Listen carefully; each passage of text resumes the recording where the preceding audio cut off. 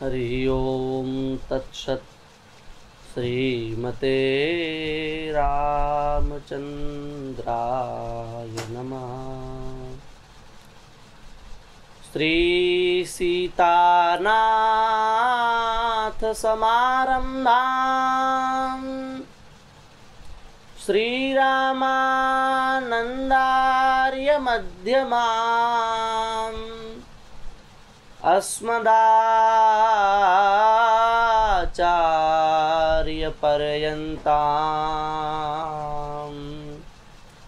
वन्दे श्री गुरुपरम्पराम्। श्री सीतारामचंद्र भगवान की जय। श्री जगतगुरु श्री स्वामी मलूकदास जी महाराज की जय। परम पूज्य श्री सद्गुरुदेव भगवान की जय। जय जय श्री राधे श्याम। हरिशरणम अखिल कोटि ब्रह्मांड नायक परात्पर परब्रह्म सर्वेश्वर सच्चिदानंद आनंद कंद मुकुंद अभिरामाभिराम लोकाभिराम श्री राम की महती कृपा करुणा से हम आप सभी जीवों को मानव जीवन का सर्वोत्कृष्ट फल सत्संग श्री मलूक शतक के माध्यम से श्रवण करने का दिव्य भव्य सौभाग्य प्राप्त हो रहा है। यह श्री ठाकुर जी की हम सब के ऊपर अति विशिष्ट कृपा है। श्री मलूक शतक के 5 दोहे उनकी चर्चा भगवत कृपा से यथामति यथा समय हम लोगों ने कल तक की। अब आगे 6ठे दोहे से चर्चा को प्रारंभ करना है।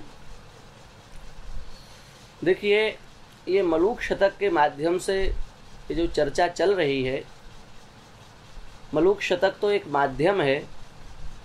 वस्तुतः इस चर्चा का उद्देश्य जो है वो श्री रामानंद संप्रदाय, वैष्णव सिद्धांत, पंच संस्कार, तत्वत्रय, विशिष्टाद्वैत सिद्धांत, तिलक, कंठी, वेश,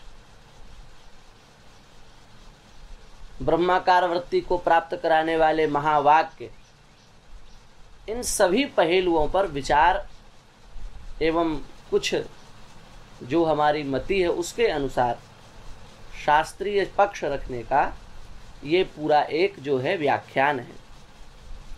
बस ये है कि मलूकदास जी की वाणी इसमें माध्यम है। इसलिए हमारी समस्त वैष्णव जनों से प्रार्थना है कि यदि हम इसका श्रद्धापूर्वक श्रवण करते हैं एकाग्रचित्त होकर के, तो निश्चित ही हमारी अनेक भ्रांतियों का निरसन होगा एवं विशुद्ध भागवत धर्म जो है जिसका प्रतिपादन श्री मलूकदास जी महाराज ने किया है, उस धर्म का, उस तत्व का हमको बोध होगा। इसलिए हम लोग अत्यंत श्रद्धावनत होकर के इसका श्रवण करें, ऐसी हमारी आप सभी से प्रार्थना है। अब हम मलूकदास जी के चरणों में प्रणाम करके 6ठे दोहे को प्रारंभ कर रहे हैं। तत्व विशिष्टाद्वैत है यही वेद सिद्धांत,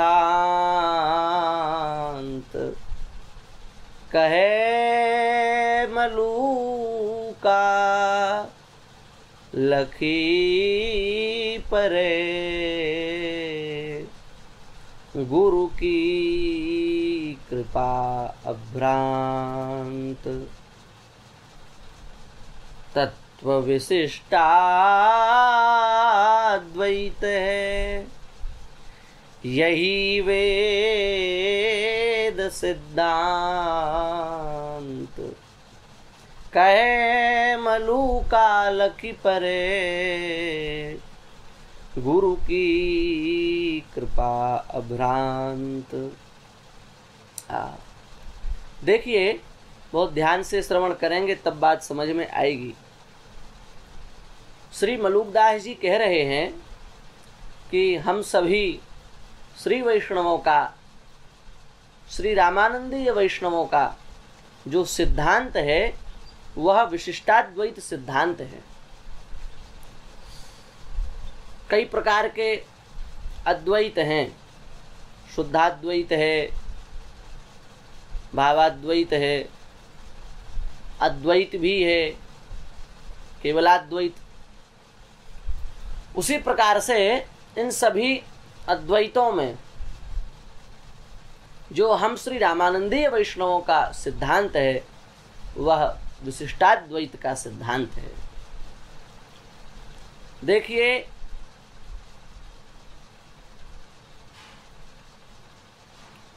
विशिष्टाद्वैत, अद्वैत तो है, ब्रह्म अद्वय है, द्वय नहीं है, वहां दो नहीं है। दो के भाव को ही संस्कृत व्याकरण की दृष्टि से द्विता कहा जाता है। द्वयोः भावः द्विता, द्विता एव द्वैतम, न द्वैतम इति अद्वैतम। दो के जहां दो का भाव हो उसे ही द्वैत कहा गया, और जहां द्वैत नहीं है वही अद्वैत है। लेकिन वह अद्वैत कैसा है? वह अकेला नहीं है, वह विशिष्ट है। किससे विशिष्ट है? बोले जीव और प्रकृति। जीव और प्रकृति से विशिष्ट जो अद्वैत है वही विशिष्टाद्वैत है। जीव क्या है? वो चेतन जीव है। हमारे यहाँ जीव को चेतन माना गया है। ईश्वर अंश जीव अविनाशी चेतन अमल सहज सुखराशि। जीव क्या है? चेतन है। प्रकृति क्या है? अचेतना है। और चेतना चेतन से विशिष्ट जो है वो अद्वैत परमात्मा है। यही विशिष्टाद्वैत का सार अर्थ है। समझ पाए बात को? विशिष्ट अद्वैत, परमात्मा कैसा है? वहां द्वैत नहीं है। ये है कि ये है, ये बात वहां नहीं है। अद्वैत तो है, लेकिन कैसा अद्वैत है? बोले विशिष्टम च तद अद्वैतम। विशिष्ट है। किससे विशिष्ट है? कहा जीव से विशिष्ट है, प्रकृति से विशिष्ट है। तो जीव प्रकृति कैसे हैं? बोले चेतन जीव है, अचेतना प्रकृति है।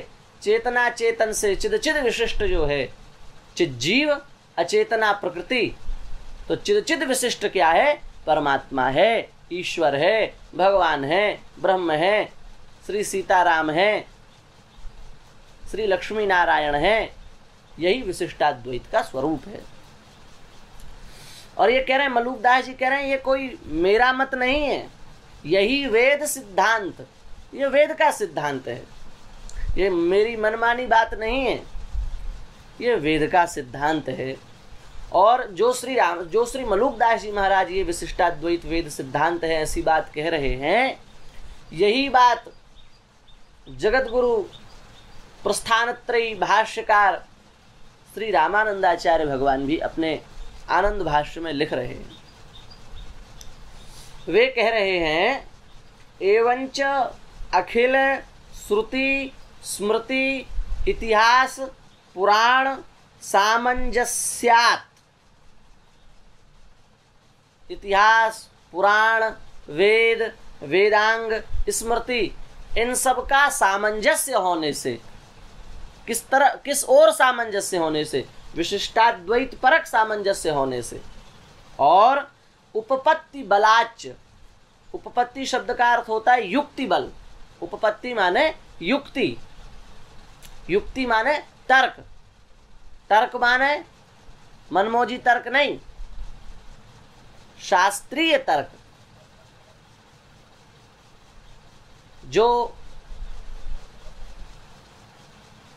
उत्पथ अर्थात अत्यंत तेज बुद्धि वाला है,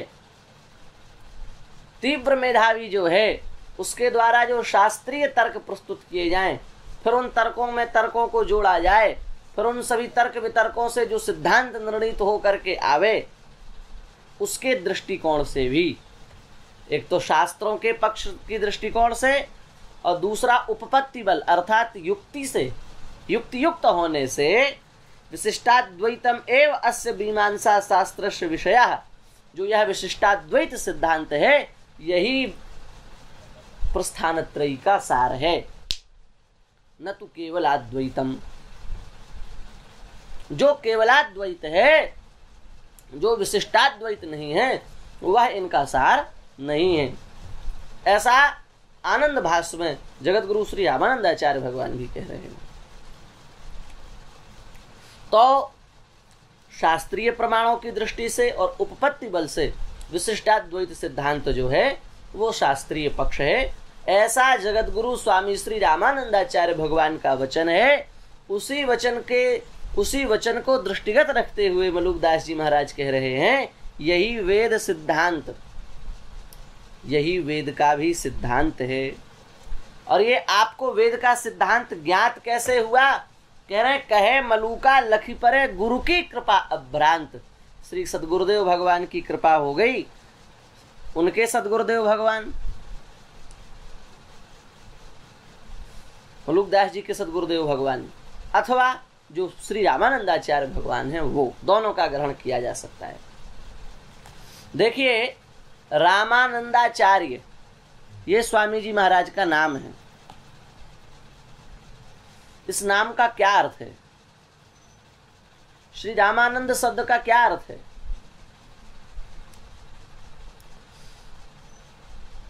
इसका हम कभी विशिष्ट पक्ष उपस्थापित करेंगे, पर अभी यही समझो कि जो हमारे यहाँ मूल मंत्र है उसका जो बीजाक्षर है वो राम है, और राम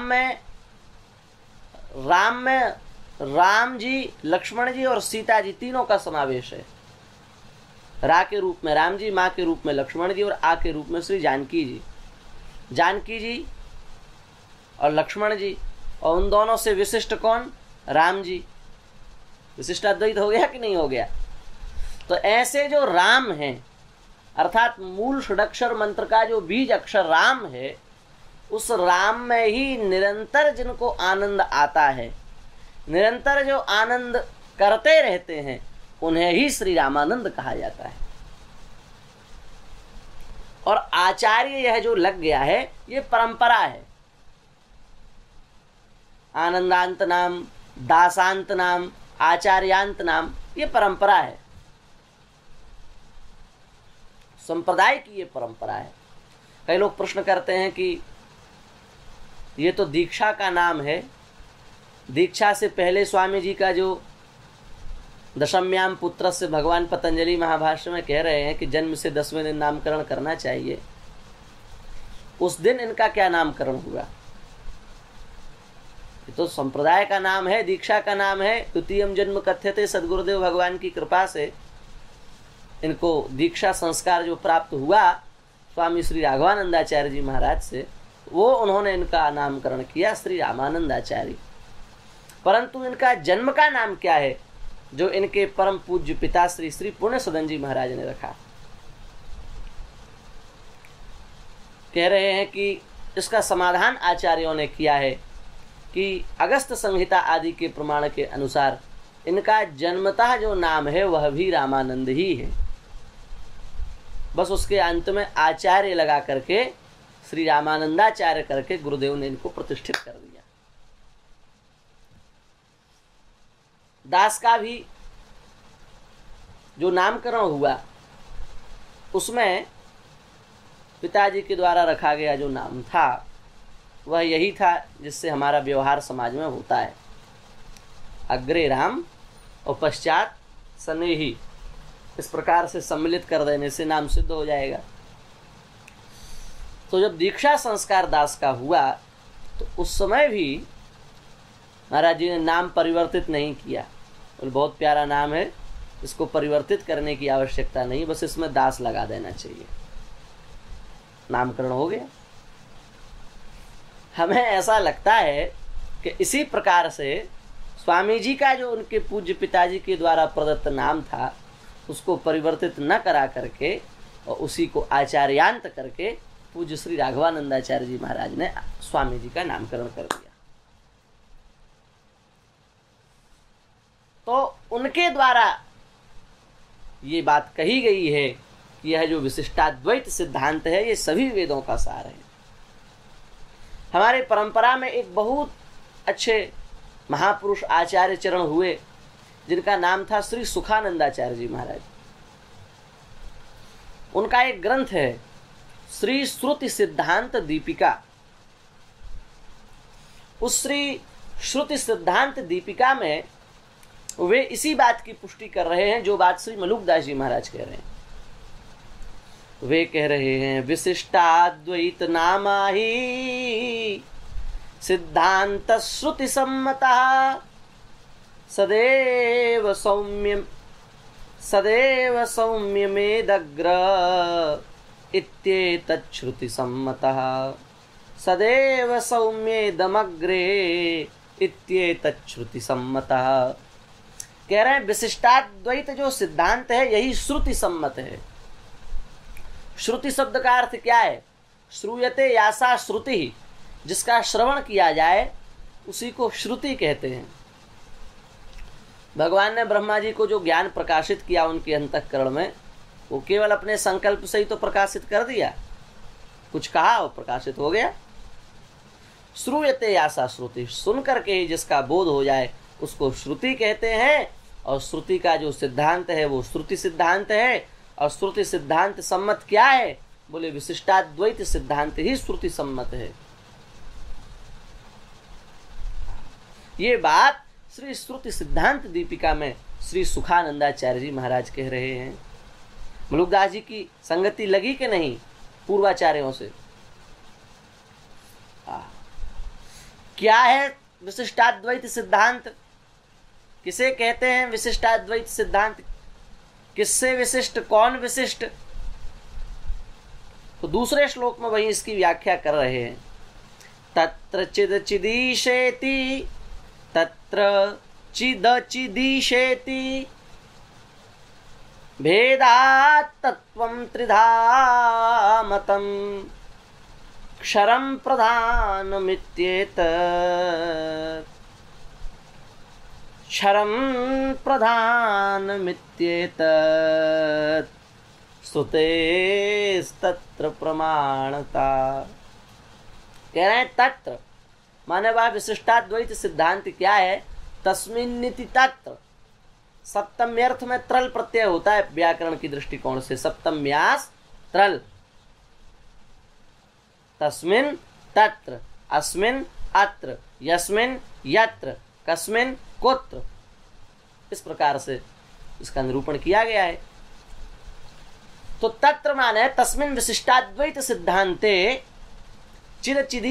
चिदचिदीशेति, चिज्जीवः अचिच्च प्रकृतिः चिदचिद विशिष्टः ईशः सर्वव्यापकः विभुः नित्यः जीवो जीवश्चेतनश्चेतनः अखिलांड कोटि ब्रह्मांड नायकः सकल कला कलापकदनः परम स्मृति विदनः सर्वतो ज्यायान् महतो महीयान् सवितुर्वरेण्य कोटि कोटि कंदर्प दर्प दलीयान् श्री राम एव चिद चिद विशिष्ट ईशः।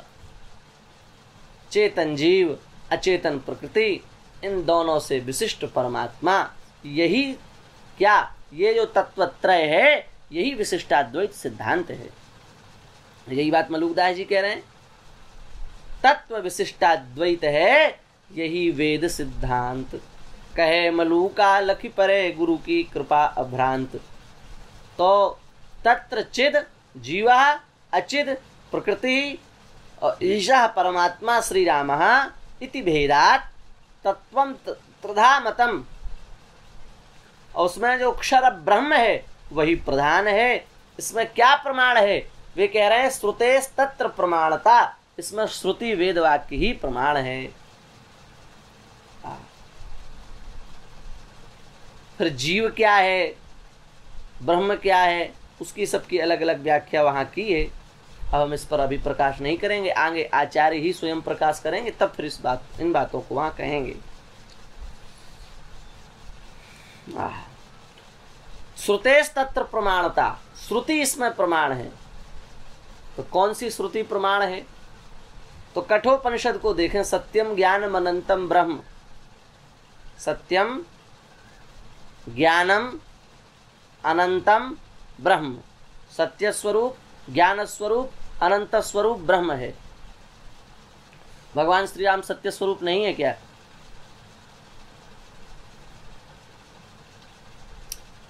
जो स्वयं कह रहे हैं धर्म न दूसर सत्य समाना, आगम निगम पुराण बखाना, उनके सत्य संध होने में क्या शंका हो सकती है?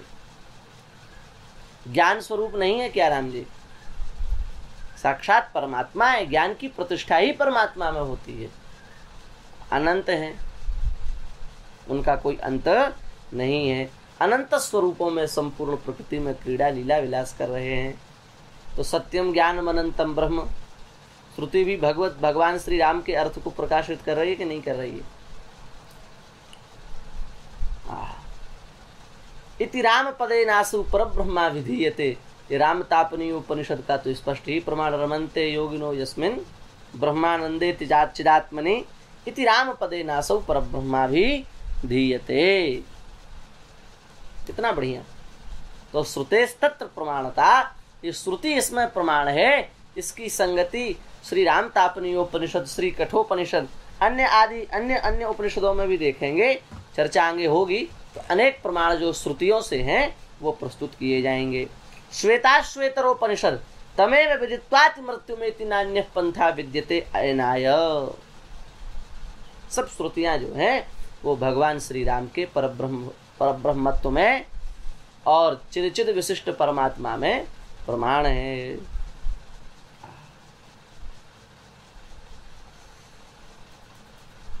स्वामी श्री रामानंदाचार्य भगवान के जो श्री सद्गुरुदेव हैं, श्री राघवानंदाचार्य जी महाराज, उनके द्वारा रचित एक ग्रंथ है राघवेंद्र मंगल माला। क्या ग्रंथ है? राघवेंद्र मंगल माला। उसमें भी वे इसी बात को प्रकाशित कर रहे हैं, विशिष्टाद्वैत सिद्धांत को पुष्ट कर रहे हैं। वे कह रहे हैं चिद चिदभ्याम विशिष्टाय शिष्ट पक्ष सुरक्षिणे सच्चिदानंद रूपाय श्री राघवेंद्राय मंगलम। श्री राघवेंद्र भगवान का मंगल हो। कैसे हैं वे श्री राघवेंद्र भगवान? कह रहे हैं चिद चिद भ्याम विशिष्टाय, चिद चिद विशिष्ट हैं। देखो, हम ये सब प्रमाण इसलिए दे रहे हैं कि मलुकदास जी की जो बात है उसकी संगति देखिए आप शास्त्रों में, आचार्यों की वाणी में, पूर्वाचार्यों में, परंपरा देखिए। जो लोग कहते हैं कि रामानंद संप्रदाय का तो कोई स्वतंत्र अस्तित्व ही नहीं है, कोई परंपरा ही नहीं है, षडक्षर मनमौजी बना लिया, ये मनमौजी बना लिया, वो मनमौजी बना लिया, तो संप्रदाय में परिगृहित नहीं है, ये नहीं है, वो नहीं। वो देखें कैसी बिल्कुल एक परंपरा अविच्छिन्न गंगा की धारा के समान चली आ रही है भाई। कैसे पूर्वाचार्यों की वाणियों की परस्पर संगति है। नहीं परंपरा तो संगति कैसे हो सकती है? चिद चिदभ्याम विशिष्टाय, चिद और अचिद से जो विशिष्ट हैं, शिष्ट पक्ष सुरक्षिणे, शिष्ट पक्ष को जो सुरक्षित करने वाले हैं, जो शिष्ट पक्ष है, वास्तविक पक्ष है, शास्त्रीय पक्ष है, उसकी जो रक्षा करते हैं, उसका जो सम्मान करते हैं, उसका जो आदर करते हैं। और सच्चिदानंद रूपाय, सत्स्वरूप चित स्वरूप आनंद स्वरूप हैं, सत्स्वरूप हैं। और चित माने ज्ञान स्वरूप हैं और आनंद स्वरूप हैं। अस्तिति सत, त्रिकाला बाध्यता जिसमें हो वो सत है, भगवान सत है। चित ज्ञान स्वरूप, जिनके वेद ही श्वास है, उसके ज्ञान में कहाँ कमी हो सकती है? जाकी सहज श्वास श्रुति चारी, वेद भगवान ही जिसके श्वास प्रश्वास के रूप में बहिर्भूत अंतर्गत हो रहे हैं, क्या उनके ज्ञान की कमी हो सकती है? और आनंद स्वरूप तो है ही, जो आनंद सिंधु सुख राशि सी करते त्रैलोक्य सुपासी। ऐसा आनंद है। सीकर में पूरे दुनिया में आनंद बटा है। सीकर समझते हैं पंडित जी? समुद्र, समुद्र की एक बिंदु, उस एक बिंदु के शतभाग, उस शतभाग में से एक भाग को आप उठाइए, उस एक भाग से पूरे विश्व में आनंद बटा है, पूरे ब्रह्मांड में आनंद बटा है। तो भगवान के पास कितना आनंद होगा, है? सच्चिदानंद रूपाय श्री राघवेंद्राय मंगलम। ऐसे जो श्री रामचंद्र भगवान हो, उनकी तीनों लोकों में जय हो, जय हो, जय हो, उनका मंगल हो, मंगल हो, मंगल हो। ऐसा आचार्य चरण भगवान को आशीर्वाद दे रहे हैं। तो चिद चिद विशिष्ट परमात्मा, चेतन, पंडित जी, विशेष विशेषण, बहुत विस्तृत चर्चा है शास्त्रों में इसकी। एक विशेष्य होता है और एक क्या होता है, विशेषण होता है। और विशेषण जो है वो विशेष्य के अनुसार होता है। यल्लिंगम यद्वचनम याच विभक्ति विशेष्यस्य तल्लिंगम तजवचनम साच विभक्ति विशेषणस्यात्। व्याकरण में तो सिद्धांत ही है ये। विशेष्य क्या होता है, विशेषणानुगत विशेष्य।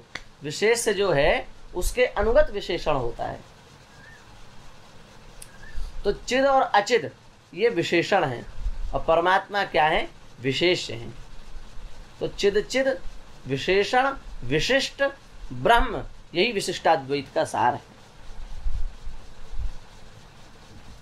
अभी और आपको प्रमाण देते हैं। अब ये सिद्धांत की बात है ना, तो यहाँ प्रमाणों की कसौटी तो बहुत वो जो है आवश्यक है, इसलिए उसको प्रस्तुत किया जा रहा है।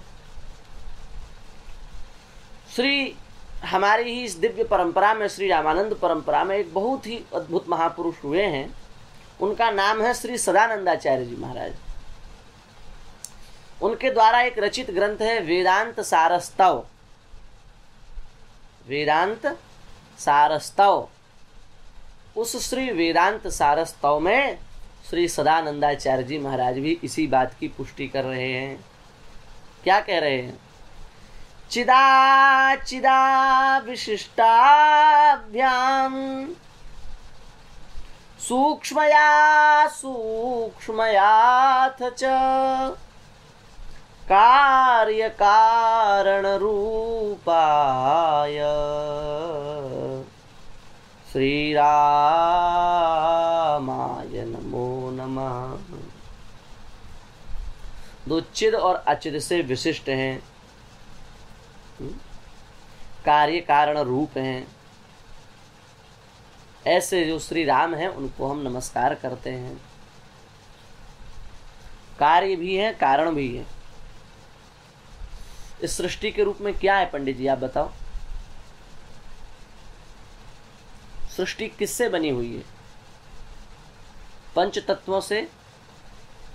पंच तत्व जो वैरिंच प्रपंच है वही तो सृष्टि है। पंच तत्व कौन से हैं,